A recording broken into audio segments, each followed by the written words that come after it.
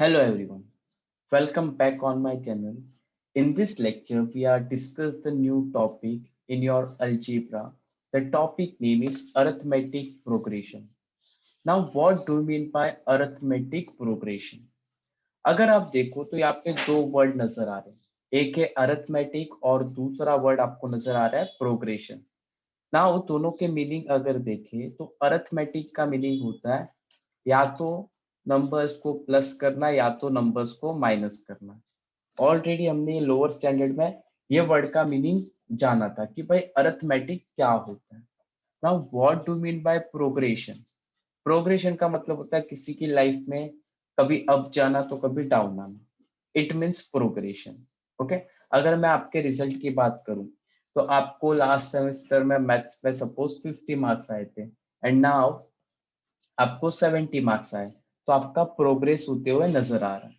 Yes, तो progression का मतलब भी यहाँ पे होता है या तो इंक्रीज होना या फिर डिक्रीज होना। बट किसका? तो यहाँ पे आपको डील करना है नंबर्स का। नाउ कैसे डील करना है, तो मैं आपको एक नंबर देता हूँ।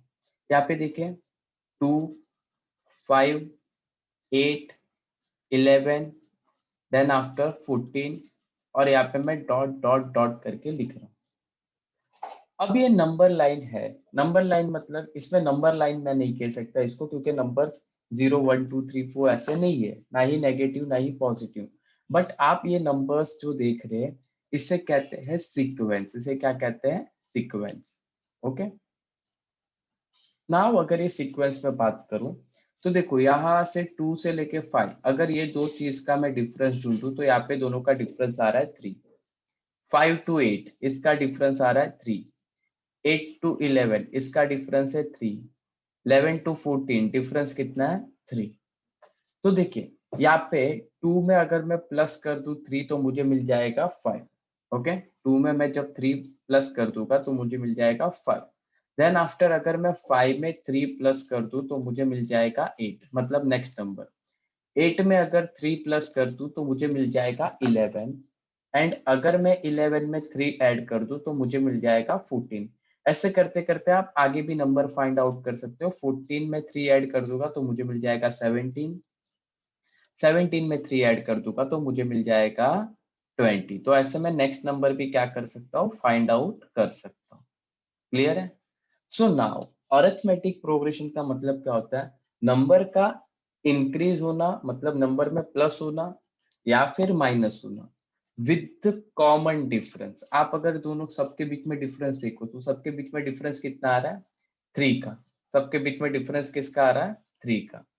तो अब क्या क्या मैं कह सकता हूँ कि मेरे को जो सीक्वेंस दिया है, यहाँ पे मुझे जो सीक्वेंस दिया है वो मेरा क्या है? एपी है। अरिथमेटिक प्रोग्रेशन को शॉर्ट फॉर्म में आप लिख सकते हो ए डॉट पी। तब जाके मैं बोल सकता हूँ कि मेरा जो सीक्वेंस है ना वो एपी है। क्लियर? चलो नाउ वन मोर एग्जांपल। अगर क्वेश्चन में सपोज ऐसा है 4, 8, 12, 16, 20। अब ये सारे नंबर्स क्या हो रहे हैं? 4 से इंक्रीज होते जा रहे हैं। ओके, तो मैं यहाँ पे लिख लूँ, यहाँ पे डिफरेंस है 4 का, ये दोनों के बीच में डिफरेंस है 4 का, यहाँ पे भी 4 का डिफरेंस है और यहाँ पे भी 4 का डिफरेंस है। ओके, तो मैं कह सकता हूँ कि given sequence is an AP. But now इसको सॉल्व कैसे करते हैं? तो सॉल्व करने के लिए काफी सिंपल सी मेथड है।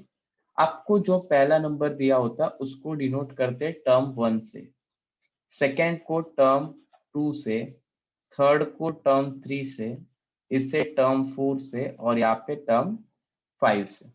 जितने भी नंबर है उसको मैं 1 2 3 4 5 नंबर नहीं दे सकता, उसे मैं कंसीडर कर सकता हूँ term 1, term 2, term 3, term 4 and term 5। Clear है? नाउ आपको जो ये जो डिफरेंस होता है, ये जो डिफरेंस आता है is denoted by D, is denoted by D। D का मतलब होता है यहाँ पे common difference. Common difference, D का मतलब क्या होता है यहाँ पे? Common difference. क्लियर है? एंड जो आपका फर्स्ट टर्म होता है ना is denoted by A. First term को किससे डिनोट करते हैं? ए से। ओके। एंड ऐसे अज्यूम मत करना फर्स्ट को ए से, सेकेंड को बी से, नहीं, फर्स्ट टर्म को सिर्फ अज्यूम करते हैं ए से। क्लियर है इतना? चलो, नाउ इसका फॉर्मूला है ना, इसका फॉर्मूला होता है, बट मैं कहता हूँ कि ये फॉर्मूला ना आप खुद बनाते हो। कैसे? तो देखो, मुझे फाइंड आउट करना है डी। ओके, मुझे क्या फाइंड आउट करना है? डी। तो मैं क्या करूंगा, सेकेंड टर्म में से फर्स्ट टर्म माइनस कर दूंगा तो मुझे क्या मिल जाएगा? डी। बराबर। देखो, इसमें मैंने वही किया था, 4 और 8, इसका कॉमन डिफरेंस कैसे निकाला? 8 में से 4 माइनस किया। नाउ नेक्स्ट 12 और 8 को माइनस करना है, बट डी का फॉर्मूला ना हर टाइम चेंज होते जाएगा। पहले बार डी ढूंढने के लिए मैंने T2 माइनस T1 किया, सेकेंड टाइम के लिए मैं क्या कर दूंगा? T3 minus T2। कैसे?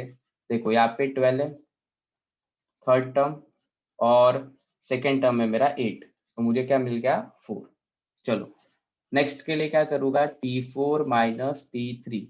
चलो, T4 के लिए क्या है? 16 माइनस 12 इज इक्वल्स टू 4। तो ऐसे आपकी जितनी भी लाइंस रहेगी वैसे आगे आगे आपके नंबर्स बढ़ते जाएंगे। क्लियर है? तो आपके एक्सरसाइज का सबसे पहला फॉर्मूला बना ये वाला, सबसे पहला फॉर्मूला है, और ये फॉर्मूला आपको हर एक कंडीशन में थोड़ा बहुत चेंज होते हुए आएगा। क्लियर है? नाउ इसके रिलेटेड थोड़े बहुत क्वेश्चंस देख लेते हैं। ओके, चलो, नाउ हम आ जाते हैं फर्स्ट क्वेश्चन पे, 3.1 क्वेश्चन नंबर 1। ओके, चलो 3.1 के क्वेश्चन नंबर 1 पे आ जाते हैं। Which of the following sequence is RAP? If they are AP, find the common difference. आपको पहचानना है कि कौन सा AP है और कौन सा नहीं है। चलो, तो पहला क्वेश्चन ले लेते हैं। यहाँ पे दिया आपको 2, 4, 6 एंड 8। बराबर। तो ये हो गया मेरा T1, ये हो जाएगा T2, ये हो जाएगा T3 और ये हो जाएगा T4। बराबर। चलो, आपको सबसे पहले ढूंढना है क्या कि एपी है या नहीं है। तो कैसे ढूंढोगे? D is equals to T2 minus T1। Okay, T2 का वैल्यू कितना है? 4 माइनस 2, तो आपका आंसर आ गया 2। चलो, then after D is equals to T3 minus T2। T3 का वैल्यू कितना है? 6 minus 4, so your answer is 2। Then after D is equals to T4 minus T3, तो आपका आंसर आ जाएगा 8 माइनस 6 इज 2। अब देखो, ये दो दो के नंबर से इंक्रीज होती जा रही है, तो यहाँ पे तो देखो इसका कॉमन डिफरेंस इक्वल आ गया, सबका कॉमन डिफरेंस क्या आ गया? इक्वल। तो यहाँ पे लिखो, given sequence is an AP and common difference d is equals to 2। Common difference के लिए d का साइन आप पुट करके डायरेक्टली सॉल्व कर सकते हो। Okay, then after question number 2 is 2, 5 upon 2, 3, 7 upon 3। चलो, तो आपको पता है ये मेरा टर्म 1 है, टर्म 2, टर्म 3 एंड टर्म 4। चलो, डी के लिए क्या करोगे? T2 माइनस T1, तो आपका आंसर आ जाएगा 5 अपॉन 2 माइनस 2। क्या करोगे यहाँ पे? Cross multiply, 5 minus 4 upon 2, so your answer is 1 upon 2। Next D is equals to T3 minus T2। T3 का वैल्यू कितना है? 3 माइनस 5 अपॉन 2, तो आपका आंसर आएगा 6 minus 5 upon 2 is equals to 1 by 2। Next D is equals to T4 minus T3। T4 का value है 7 upon 3 minus 3, तो answer आ जाएगा 7 minus 9 upon 3 is minus 2 upon 3। अब देखो, यहाँ पे पहले में आया 1/2, सेकेंड में आया 1/2, बट थर्ड में आया 2/3, तो लिखने का therefore given sequence is not an AP। आपका जो सीक्वेंस है ना वो AP नहीं है। क्लियर? चलो, नाउ हम जाते हैं क्वेश्चन नंबर 3 की ओर। किस पे जाएंगे? Question number 3। क्वेश्चन नंबर 3 क्या दिया आपको? देखो, क्वेश्चन नंबर 3 दिया -10 -6 -2 2। ओके, नाउ यहाँ पे हम लोग का वैल्यू आ जाएगा a is equals to wait. ये आपका फर्स्ट टर्म है T1, T2, T3 and T4। Okay, तो यहाँ पे आ जाएगा D is equals to T2 minus T1। d is equals to T2 minus T1। T2 का वैल्यू कितना है -6 माइनस -10, तो आपका आंसर आ जाएगा -6 plus 10 is equals to 4। Next d is equals to T3 minus T2। T3 का value कितना -2 minus -6, तो यहाँ पे आएगा -2 plus 6 is equals to 4। Next है d is equals to T4 minus T3। T4 का वैल्यू 2 माइनस -2, तो आपका आंसर आ जाएगा 2 प्लस 2 इज इक्वल्स टू 4। यहाँ पे लिखो given sequence is an AP and therefore common difference d is equals to 4। Common difference क्या हो जाएगा 4। क्लियर है। नाउ ये आज का लास्ट क्वेश्चन था। क्वेश्चन नंबर 4 से हम लोग नेक्स्ट लेक्चर में देखेंगे। आई होप आपको सारा जो भी मैंने बेसिक बताया वो क्लियर है एंड आपको मैंने सिलेक्टेड क्वेश्चंस करवाया वो भी क्लियर है। Yes, thank you so much guys.